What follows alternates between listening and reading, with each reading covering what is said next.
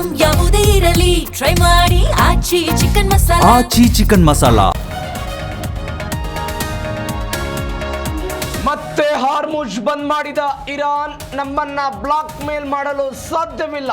Iran ನಡೆ ವಿರುದ್ಧ Trump ಕೆಂಡಾಮಂಡಲ.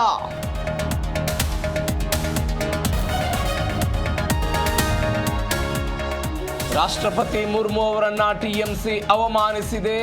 Mamata ಪಕ್ಷದವರು ಮಹಿಳೆಯರ ಏಳಿಗೆ ಬಯಸಲ್ಲ. ಪಶ್ಚಿಮ ಬಂಗಾಳದಲ್ಲಿ ಪ್ರಧಾನಿ ಮೋದಿ ವಾಗ್ದಾಳಿ.